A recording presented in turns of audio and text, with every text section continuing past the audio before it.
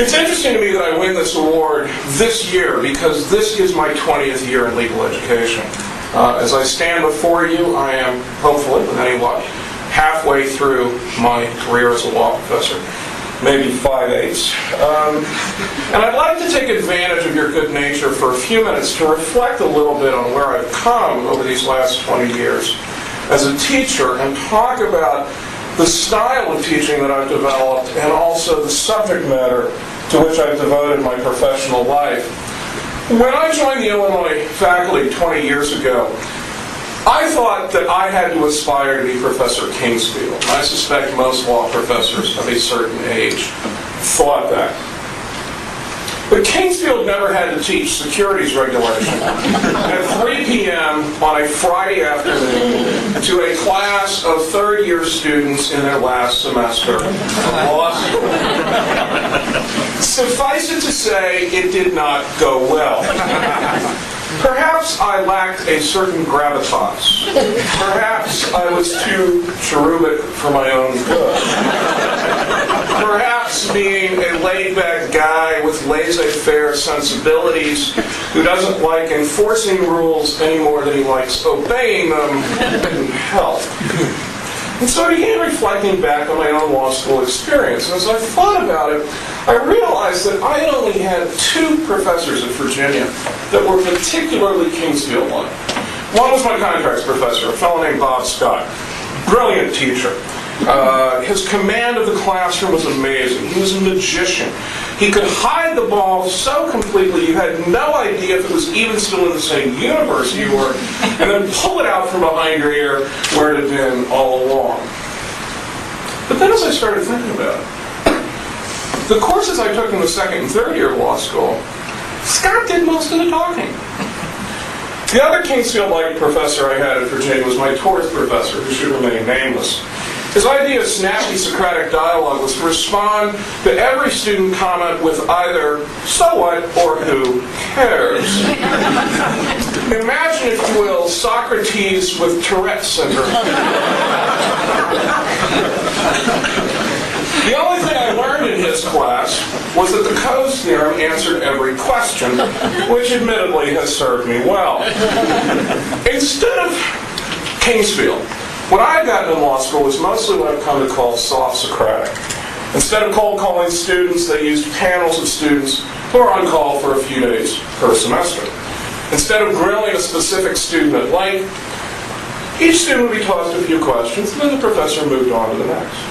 Students were never told they had given a wrong answer, let alone told, here's a dime, go and call your mother and tell her you will never be a lawyer. At most, the professor gently guided the student towards the proper conclusion. In my early years at Illinois, I frequently sat in on classes that were taught by colleagues who were supposedly these great Socratic teachers. Oddly, however, I noticed that in those classes, Socrates was doing all the talking. Just as at Virginia, the dominant pedagogic style was soft Socratic. In preparing this lecture, for example, I went back and dug out an evaluation I wrote of one of my Illinois colleagues. I said, his style is very soft Socratic. He tosses an occasional question out there and waits for answers. If nobody responds, he answers them himself. At least he got the right answer.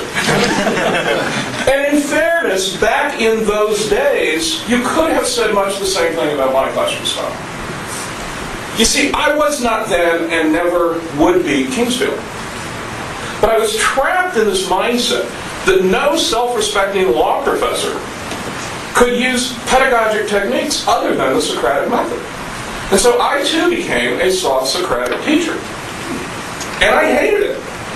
Doubts kept intruding. Were the students who were not on call prepared? What were they getting out of listening to a colleague struggle with a question when I just moved on? Now, it's said that the Socratic method teaches students how to think like lawyers, and maybe the Kingsfield version does. I'm not sure the soft Socratic does. Moreover, the claim that the Socratic method does that would require some evidence. We know that in most other countries, lawyers are taught using lecture rather than the Socratic method, and presumably lawyers in those countries think like, well, lawyers, right? So somehow they learn. Thinking like a lawyer is a matter of learning how to analyze and argue. But why think one does this by being grilled Socratically as opposed to reading examples of lawyerly thinking and hearing lectures explaining lawyerly arguments? I eventually came to two conclusions. First, if students couldn't think like lawyers by the time I got them in the second or third year, and for reasons that have puzzled me, no one ever lets me teach first year. But leave that as it may, by the time they get to me, if they can't think like lawyers, about the only thing I can do is suggest they take up another line of work. Secondly, the Socratic Method doesn't really teach you to think like a lawyer, it teaches you to think like a litigator. Consider a typical law student who's going to go out in a transactional job at a large law firm. She spent 95% of her time in law school reading cases and being asked questions like, what was the procedural posture of the case? Why did that matter? What do you think about the case? Once in practice, she will go days or weeks at a time without picking up a case or law review article. She may go months without going to the library or even turning on Lexis. Instead, her days will be filled with drafting, reviewing, and marking up transactional documents, negotiating language with opposing counsel, sitting in on conference calls, composing memos, emails, and letters. Thinking like a lawyer, as Kingfield and his ilk would have our graduate do, is not very conducive to success in that environment. In his book, The Terrible Truth About Lawyers, a book that is sadly out of print, but which I would encourage every one of my business students to find in the used book market and read, Mark McCormick, founder of the International Management Group, a major sports agency, wrote that, quote, it's the lawyers who, one, gum up the works, two, get people mad at each other, and three, make business procedures more expensive than they need to be. And now and then, deep six, what it seemed like a perfectly workable arrangement. McCormick further observed that, quote, when lawyers try to horn in on the business aspects of a deal, the practical result is usually confusion and wasted time. He concluded, quote, the best way to deal with lawyers is not to deal with them at all. That's a very sad commentary, and it's a particularly sad commentary for transactional lawyers. All of which is why I decided a long time ago to emphasize not only doctrine, but also economics, and more importantly, business, to understand the business backstory of what's going on in the cases. It's not the cases that interest me so much, as it is what happened before the case, and how the parties are going to respond now that this case is out there. How are they going to change their business practices? To me, the most interesting question to explore is to have this following. The CEO comes to you and says, okay, this case was decided. How do I change what I do in response to this? That's not something that's easy to teach Socratically. Now, I had always lectured some. I defy even the great Professor Scott to teach the capital asset pricing model Socratically. And as my teaching became more oriented towards transactions, and business and economics became more important, and the backstory became less important than the case, and identifying sources of value in the underlying deal became the critical issue, grilling law students seemed less and less effective. And candidly, when I had 154 of them, it seemed really quite ineffective. Gradually, bit by bit, I freed myself from the trappings of the Socratic Method. Away with panels. Away with volunteers. Away with questions. Up with PowerPoint.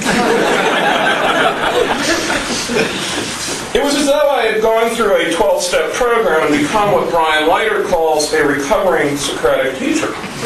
And I noticed that I had some interesting company.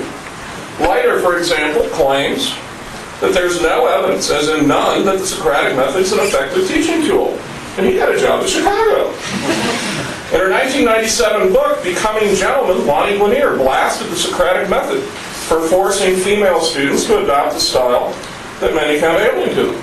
Former Secretary of Labor Robert Wright wrote in a 1998 essay that the method had morphed beyond recognition into an exercise in intellectual arrogance, in which the professor always had the right answer. Now, as those of you who know from my blog, or my political leanings are. I, of course, had to take a second thought when I found myself in this company, but nonetheless, I was persuaded that they were largely right.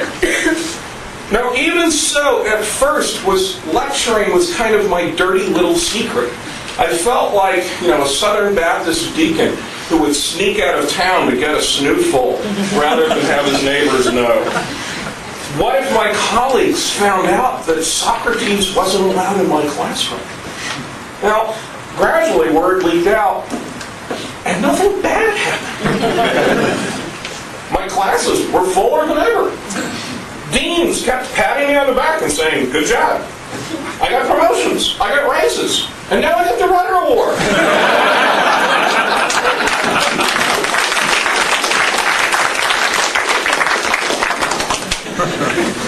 I like to think that the award in some way validates the evolutionary path that my teaching has followed. And I'd also like to think that it might encourage some of my younger colleagues who find themselves dissatisfied with the Socratic Method to feel that it's appropriate, legitimate, and valid to think about alternative pedagogical styles. To think about how we can use things like mind map and PowerPoint and other technologies to enhance our teaching. To think about how instead of shutting off the internet in classrooms, we could leverage the fact that our students are texting to each other or surfing the internet. To find alternatives to the Langdellian model of the last century.